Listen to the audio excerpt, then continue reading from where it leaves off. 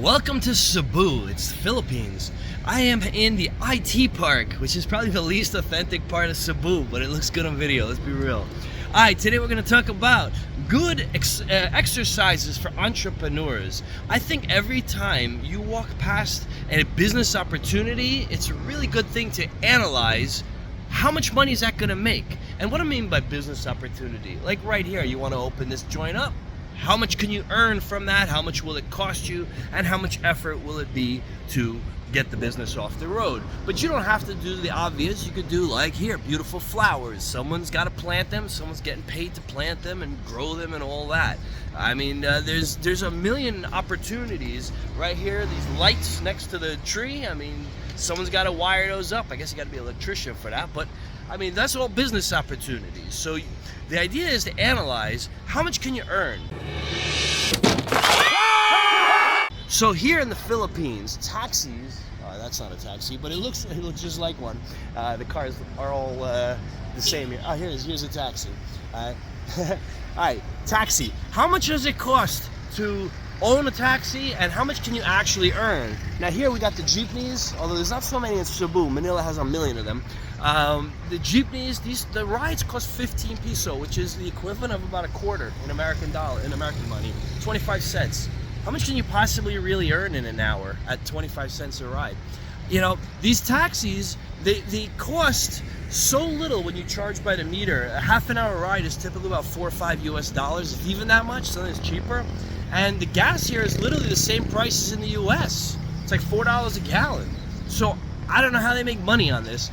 Now I've been talking to the taxi drivers to try to get their, perspective on this and how they figure out to make money. Here's another cab coming right there. That's what they all look like. The black one was an anomaly. So I'm learning about that, and I think they really just don't ever calculate how little they're making per hour. What they're really doing when they buy a taxi is buying themselves a job, because honestly, they're not going to get ahead. They're just going to barely make a little more than they need to survive, kind of thing. Now, interesting thing is, when I was talking to the taxi driver, one of them was saying that they really wanted to go back to Palawan, where they're from, which is a less urban place than Cebu by a long shot. Palawan is like tropical and beautiful. I was there a few days ago. Hello. And in Palawan, he could get land, and he could afford land, and he wanted to plant rice. So I started to ask him, how much rice can you produce and stuff like this. He said you could actually grow about 100 sacks of rice every 3 months there. So 400 sacks a year. I said, how much do you sell the sacks for? They're about 1,000. I think he said about 1,000 peso per sack, which is $18 US. So you start doing the math. 4,000 sacks, $18 each. So around 15K a year. Now, how much time does it take you to harvest 400 sacks of rice? The rice grains are tiny. I really don't know. Maybe they got some way to do this faster. I have no idea. But, I was thinking in my head, that's a full-time job for 15K a year of bending down and pulling rice up all day long. Now, I want to point out, I said to you in the beginning of the video, Cebu is about the least authentic part. Cebu. The IT park here in Cebu is the least authentic part of Philippines, probably. This is how most people live. Literally 90% of the population in Cebu and also Manila live like that, okay? Now here they literally got a barbed wire fence. That's not nice. I don't know why they do that. Most places these are just open and you could just walk around in those communities. But this is how most people live here, okay? It's a shame you can't see it on the video. Anyhow, let's talk about other businesses that you could possibly do. And see, and start analyzing how much money you make.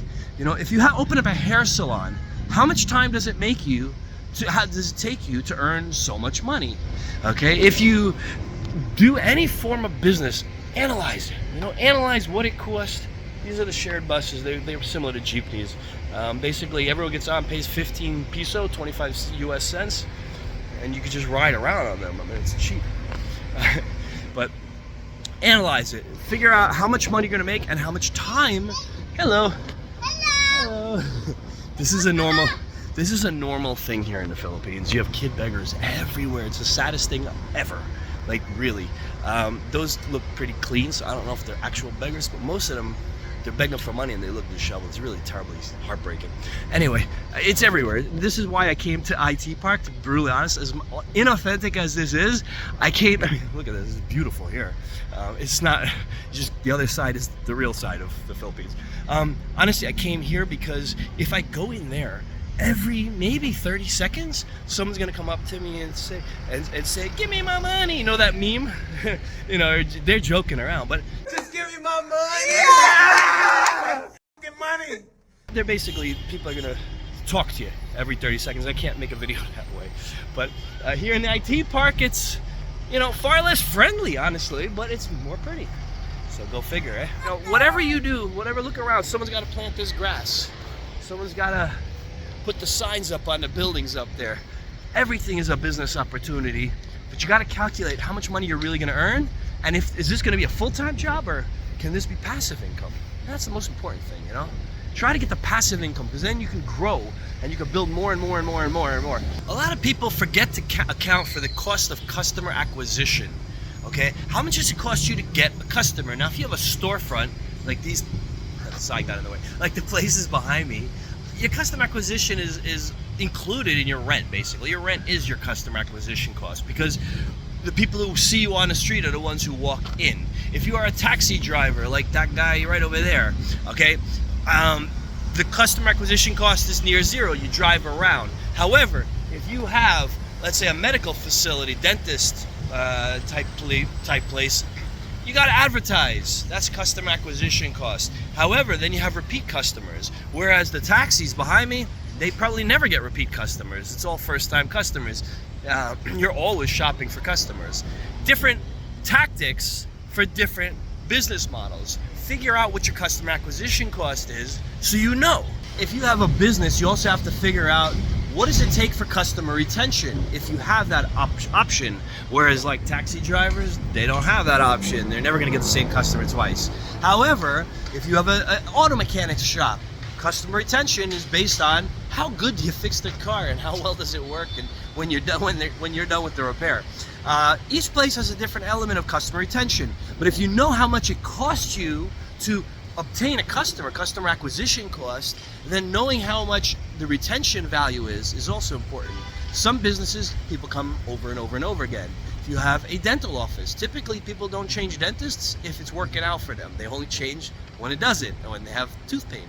So figure out what the value of a customer. It could be a lifetime customer when you obtain them. Okay, that's another factor. Now, another thing that people don't often account for is break-even points. When you start a new business, how much money do you got to put in, realistically, mind you? It's always hard to get a realistic number. And how long does it take to reach of earnings to reach the break-even point? I just walked out of Cebu IT Park, and just for contrast, see all those beautiful buildings back there? That's not real Cebu. Real Cebu is right over here. That's where it starts, okay? 50 feet over, that's how people really live here. Let's talk about break-even points. This is something that first-time real estate investors often don't bother to calculate for, okay? How much time will it take you to make all your money back that you invested in and start to make profit, okay? And also, how much effort does it take to get to that point, if there even is a point? Sometimes people buy a property, real estate, and they don't even realize it's gonna be like longer than their lifetime to ever see the money out of it. Often it's you're better off renting and not buying the place and investing in just something else. Put your money elsewhere. It's gonna take you 50 years to ever see your money out of it. What's the point of that investment? Like really, what's the point? Go do something that has a faster return. A lot of first-time real estate people do that mistake. And you ask them, did you ever calculate how much money you're actually gonna earn and how much time it's gonna take you? And a lot of times they don't even do the math. It's unbelievable. Now here in Cebu, sometimes you get stuff for sale. These things could be like, these things are probably like 3 or 2 peso each. That's less than a nickel. So you have to ask yourself, what's the point of making that sale? You can't even make any money out of that. So people don't do the math, honestly. I mean, I don't know if that's the best example here because money is so scarce, but seriously, like you're gonna sell something that has a value so you actually see some money. All right, I had to get off the main street because the bikes were just driving me crazy, but I don't think I'm gonna be filming here either. I think I have to walk back to the IT Park to finish this video. Yeah, they're already saying hello. Hello. Hi. This is the problem. This is the good and the bad. It's really good. I mean, people are so nice here, but every 30 seconds I'm going to be interrupted. There's no way I'm going to shoot a video like this in the real Cebu. This is the real Cebu. You can see what it looks like. That's how most of Cebu looks. You just can't shoot a video here. That's the only bad. Everything else is great. Vlog, yeah. Here, you can see I'm not making this up. Probably one of the most shocking things you'll see here, that's like for North Americans, kids play with spiders. It's completely normal to have spiders as pets here. Check this out. Spider-Man. That building Spider-Man. Building Ghost and spider. Ghost and nanay. Look at that. Spider. Look at. Oy, kung nakakalere, namaga naman naka-Barkley. Oh, Barkley! That's right. Fighting. Jessica, saan mo ginawa na ba? Documentary. Alo! Mao na naman kay Soon. Nagbulo pa tayo. Uy! Duklon ni Daros! Dagat ba? Pwede rin mo na China. Ala, Afrika na puyo.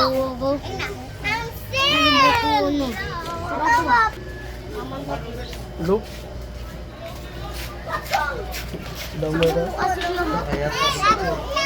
Kasi sabong mulia mo. Oh, di siya manungulimil. The tattoos are real. The tattoos are real. How old are you? This is the smallest spider. I have had. Big. Paniwig yata. Lolo, Would you believe this fancy matcha cafe is literally 50 feet from where I just was, where the kids were playing with spiders? That's crazy, right? Thank you all for watching. Like, share, subscribe, and I'll see you all in the next video. Yeah!